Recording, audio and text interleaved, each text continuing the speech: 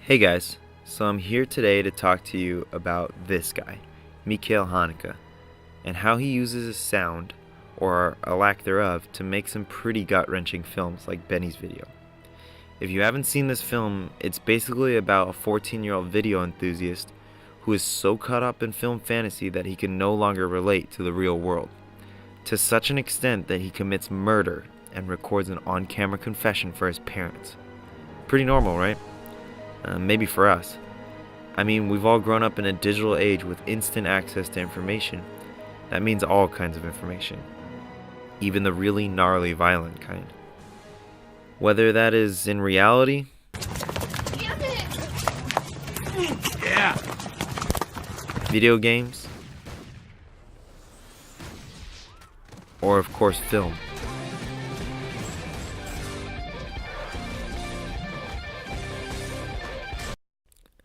So after seeing stuff like this, there isn't a lot that modern filmmakers can do with violence to make us really feel the depravity and sick to your stomach feeling that should be happening when experiencing violence.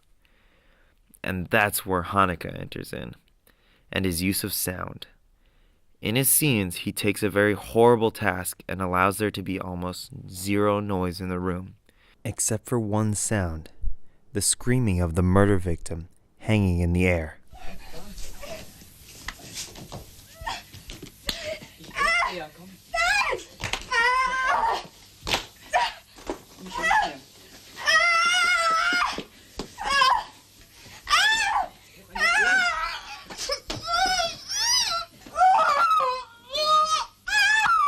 Ruhig.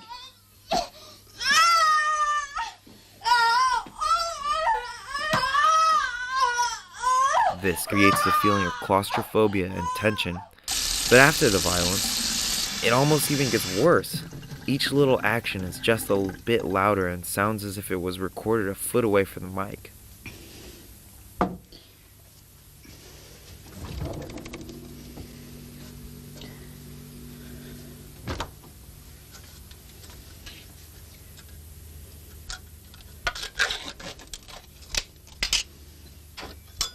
Making the audience become hypersensitive to each little movement in an already bleak soundscape.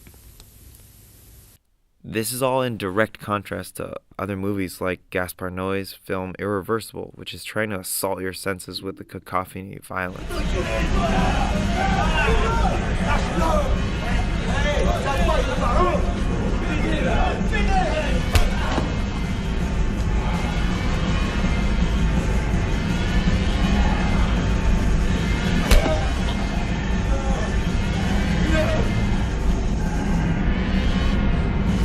While Haneke's intentions are the same, his methods are different.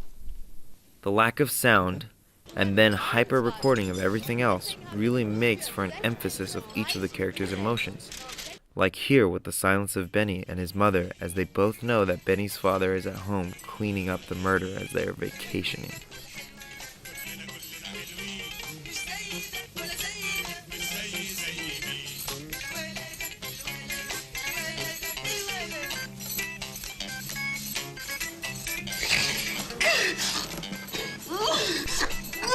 Ultimately, after being stuck in these moments as an audience member, you really get to hyper-focus with sound and be disgusted by every action that Benny does during and after the murder, making this film one of the more effective in eliciting a response while showing violence.